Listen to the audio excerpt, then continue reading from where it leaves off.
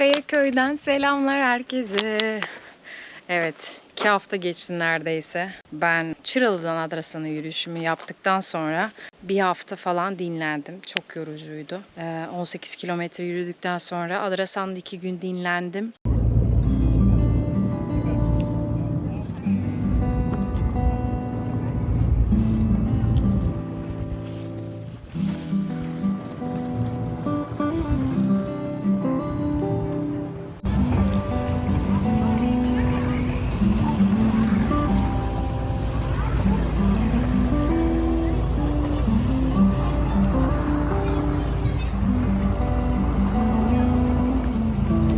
Adrasan'dan Korsan Koyun'a geçtim.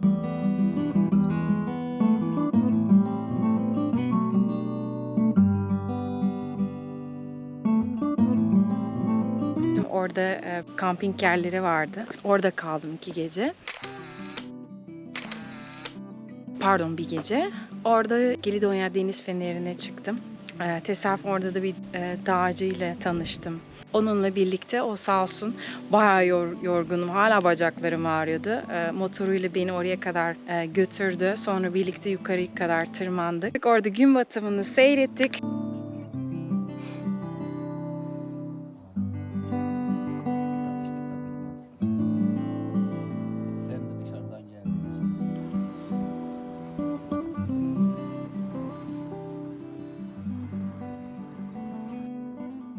Aziz Pol yolu var orada. O yolda, o yürüyüş rotası da çok uzundur.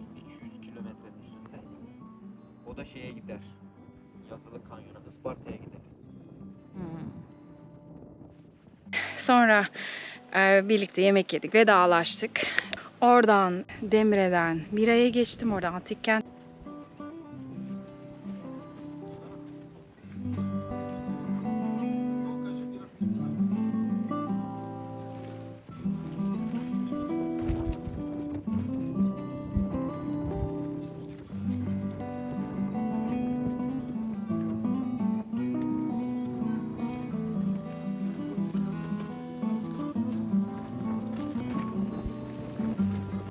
Orayı gezdikten sonra da nereye gittim?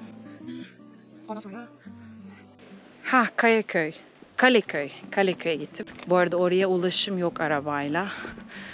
O yüzden taksiyle Demre'den oraya gittim. Bir kısmını yürüdüm. Orada bir gece kaldım. Çok tatlı bir yer, çok otantik bir yer ve denizi çok güzel.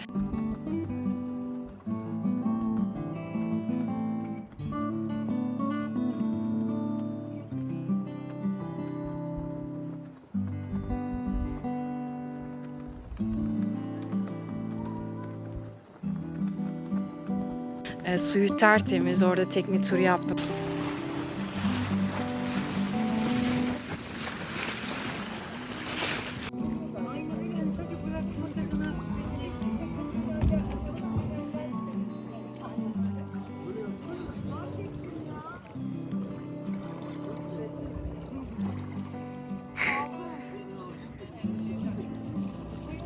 Ve yerlilerle muhabbet ettim. Teyzeler, yörük insanları yaşıyor orada. Öldüğünde bunun için yazsam yapmasın. Aklımda bunu uğraşıyorum. Taşı getirmiş, içini kazmış, kapağı yapmış, yapacak. Çok tatlı insanlar. Mutlaka Türkiye'de yaşıyorsanız oraya gidin. Çok güzel bir yer. Yani öve öve bitiremem. Bir daha mutlaka oraya gitmek istiyorum. Çok da yardımcı oldular bana sağ olsunlar. Oraya normalde tekne turları gidiyor. Kaş'tan ya da Üç Ağız köyü var oradan. Tekrar dönmem gerekiyordu Üç Ağız'a ama bana yardımcı oldu oradaki yerliler. Kaş'tan gelen tekne turuyla Kaş'a devam ettim. Sonra Kaş'ta 2 gün kaldım. Orada yine dinlendim. Oradaki şehri birazcık gezdim, dolaştım.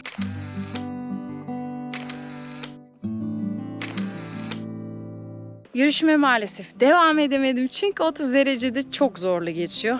Bir dahaki sefere geldiğimde ben Ekim ayında falan geleceğim. Herkes öyle zaten. Yerlilerin hepsi bana dedi ki yürüme. Çok zorlanacaksın. O yüzden yürümeme kararı aldım. Sonrasında küçük küçük kısımları yürüyebildim tabii. Gelidonya Feneri 45 dakika falan sürdü. Sonrası işte Kaliköy'de çok. O da yine yarım saat 40 dakika 1 saat falan sürdü. Sonra Kaş'tan Kabakkoyun'a geçtim. Bu arada yolda devam ederken önce Patara bu antik kenti gezdim. Patara'dan taksiyle Kabakkoyun'a geldim. Çünkü Kabakkoyun'a dolmuşlar gitmiyormuş. Fethiye'den dolandığı için. Taksiyle gitme kararı aldım. Orası çok güzel bir koy.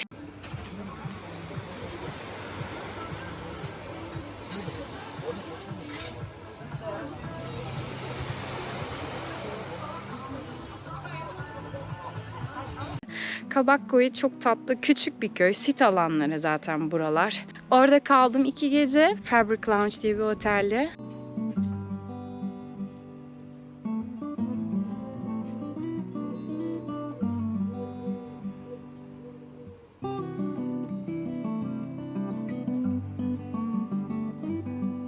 Sonrasında oradan yürüyecektim ben aslında Fethiye'ye, Ölüdeniz'e daha doğrusu. Yine oradaki yerli yürüyüş yapan bir adam bana o yürüyüşü yapmamamı önerdi. Oradan yine dolmuşla önce Kelebekler Vadisi'ne gittim. Gördüm ki bu arada oraya da yine tekneyle sadece gidiliyor, arabayla gidilmiyormuş.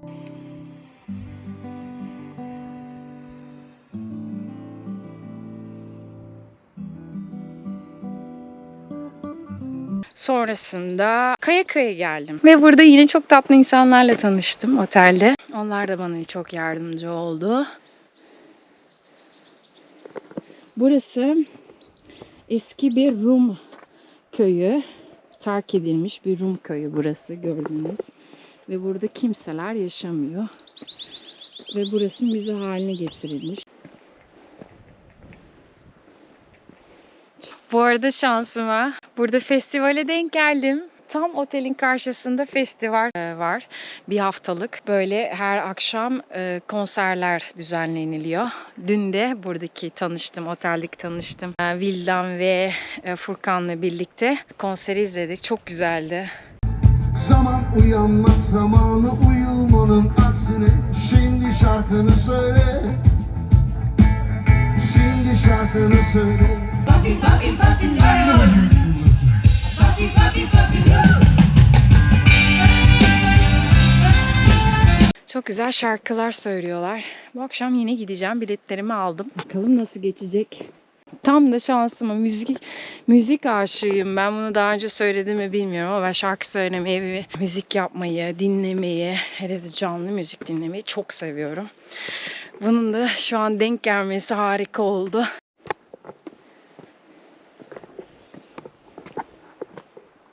Birazdan da Furkan'la birlikte su koyuna gideceğiz. O da gelmek istedi. Birlikte oraya yürüyeceğiz birazdan. Adı neydi? Soğuk Su Koyu. Orayı bana Kabakkoyun'daki bir adam tavsiye etmişti.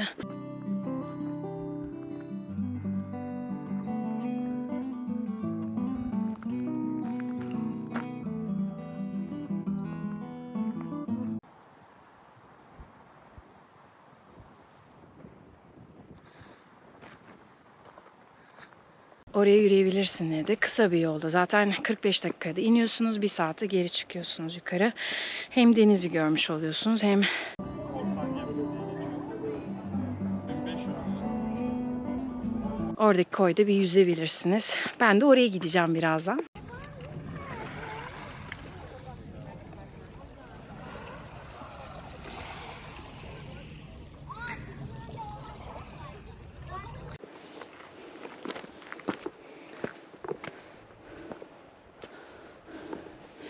Bu arada şu yazı yazmalarından bıraksalar gerçekten yani bıkkınlık geldi, çöp ve böyle antik yapılarda yazı görmekten. Yani neden yapılıyor bunu insanlar anlamış değilim.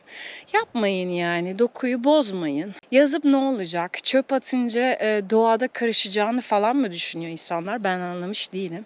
Şu kiliseye mi çıksak? Ha.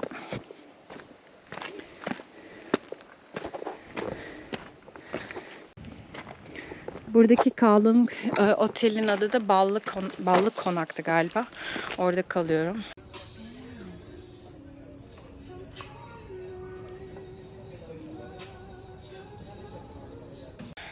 Çok uygun ve tatlı bir otel. Geceliği 40 euro falandı galiba. Normalde 80 euro, 100 euro. Ve verdiğiniz paraya değmiyor bazen. Çok pahalı olmuş gerçekten Türkiye. Hostel kültürü zaten yok. Hostellerde kalamıyorum. O yüzden bana yani hep öyle otellerde kaldım, pansiyonlarda. Çadırda bir kere kaldım. Onu bir daha asla yapmayacağım bu havada. Çünkü çok sıcak oluyor. Klimada olmayınca uyuyamıyorsunuz. Böyle köy gibi yerlerde gerçi kalınır çadırda ama şu an çok sıcak hava. Bayağı burada aslında ev yapılır, yaşanılır gerçekten. Restore edilip ama yapmamışlar nedense. Bu arada bugün Türkiye'deki son günüm. Yani son gecem. Yarın Fethiye'den Rodos Adası'na geçeceğim. Yunan adasına.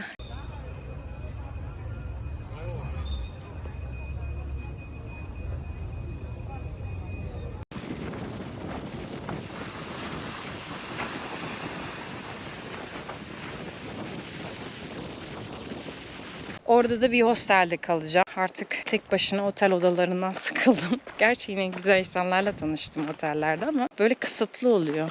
Ne bileyim daha böyle kaynaşıyorsunuz insanlarla. Yine oluyor tabii ki de ama farklı oluyor. Orada bir hafta kalacağım. Böyle 3 haftamı geçirmiş oluyorum. Videolarımı beğeniyorsanız eğer like atmayı unutmayın. Takip etmeyi unutmayın. Böyle kısa kısa videolar paylaşıyorum sizlerle.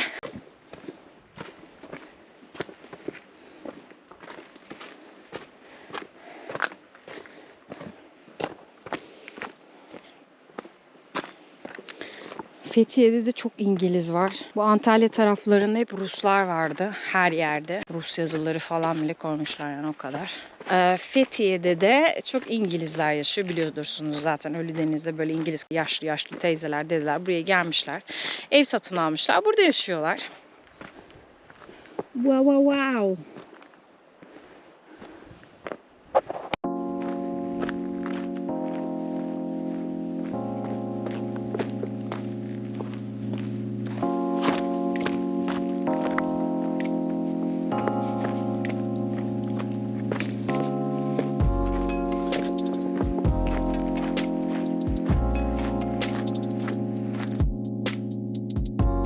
Bayağı büyük bir köy. Yürü yürü bitmez burası.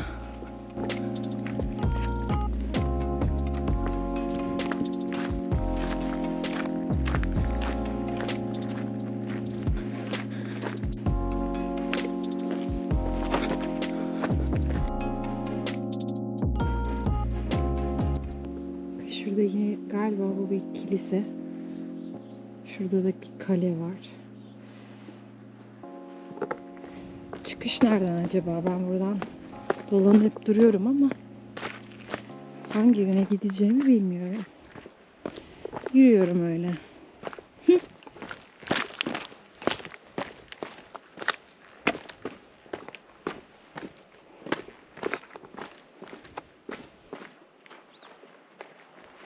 Bu da ne?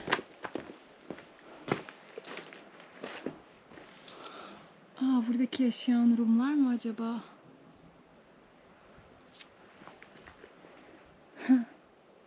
Evdeki boyalar falan duruyor, görüyor musunuz?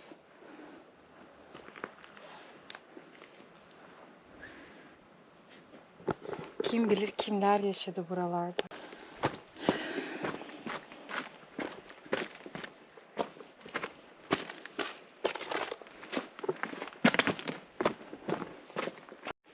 Kilisenin olduğu yere geldim ama kapalıymış ziyaretçilere. Güvenliğin nedeniyle ziyareti kapalıdır.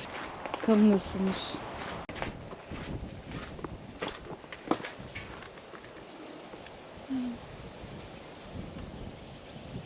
Terk edilmiş bir kilise. Çok üzücü. Aslında kullanılabilir. Restore edilip. Oh ne güzel esiyor püfür püfür.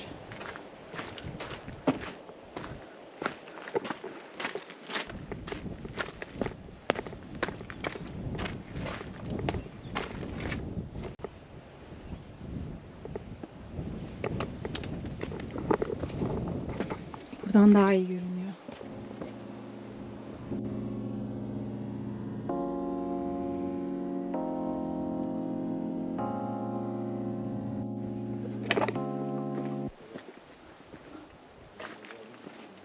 Bu görmüş olduğunuz bir şoper.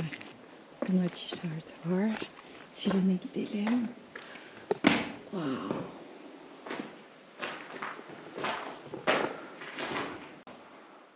Wow. Çok eski bir şoper.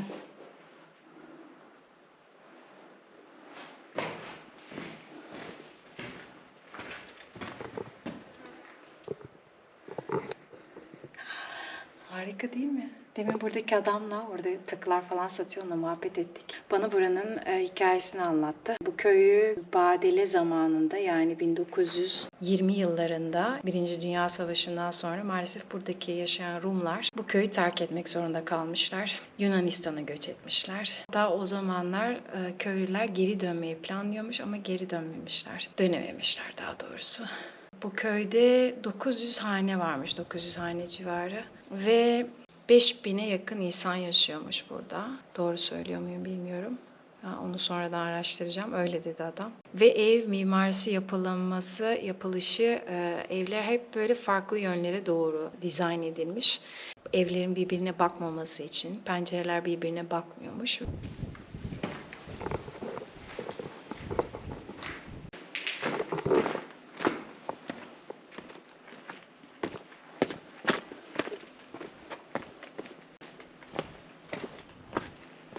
İyi günler.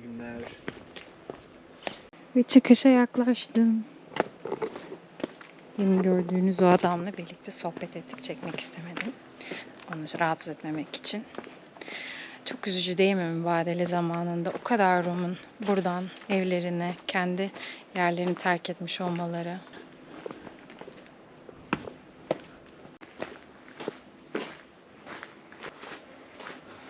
Türkiye'de birçok böyle yüzyıllarca Türkler ve Rumlar barış içinde yaşamış, sonrasında mübadele döneminde terk etmek zorunda kalmışlar. Ne yazık. Ve şu an bu birçoğu işte Yunanistan'da yaşıyor. Hala Türkçe konuşanlar da varmış, öyle anlattı adam. Yani Türkçe, Rumca karışık. Derece. Wow.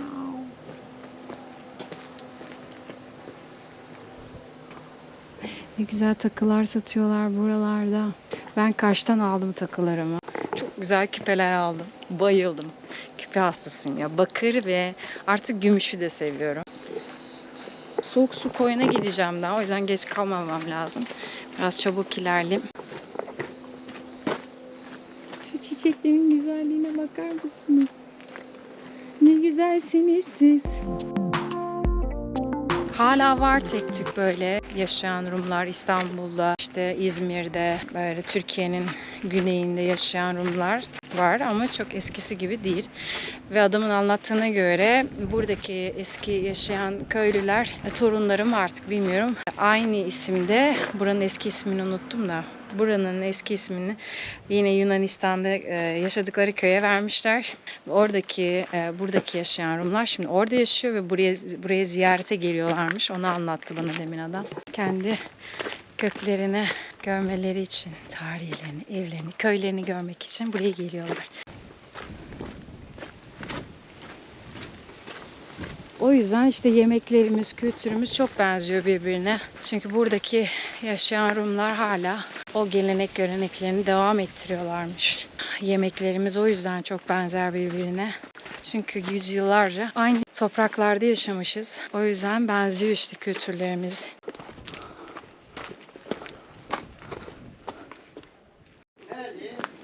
Ve çıkışa geldim. Başladığım noktaya geldim. Burada da dükkanlar, yemek yerleri falan yapmışlar.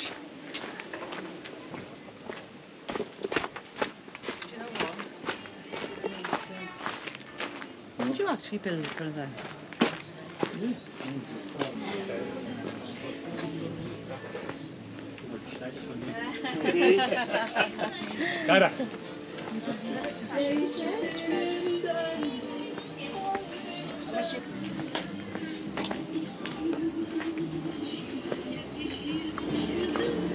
Şuraya bakalım. Demin burayı gezmiştim. Çok tatlı şeyler satıyorlar burada. Atlar falan da var.